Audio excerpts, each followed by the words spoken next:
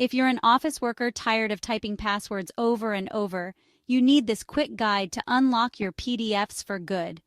Ready to make your workflow smoother? Let's dive in.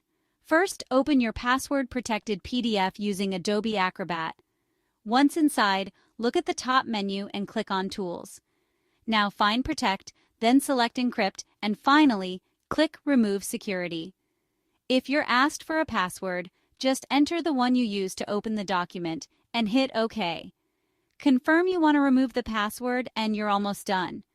Don't forget to save your PDF so the changes stick. No Acrobat? No problem.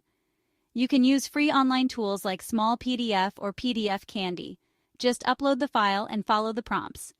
Or, open your PDF in Chrome, click Print, and choose Save as PDF to create a password-free copy. Remember, always have permission before unlocking sensitive documents. Now your PDFs are open and ready, no more password pain.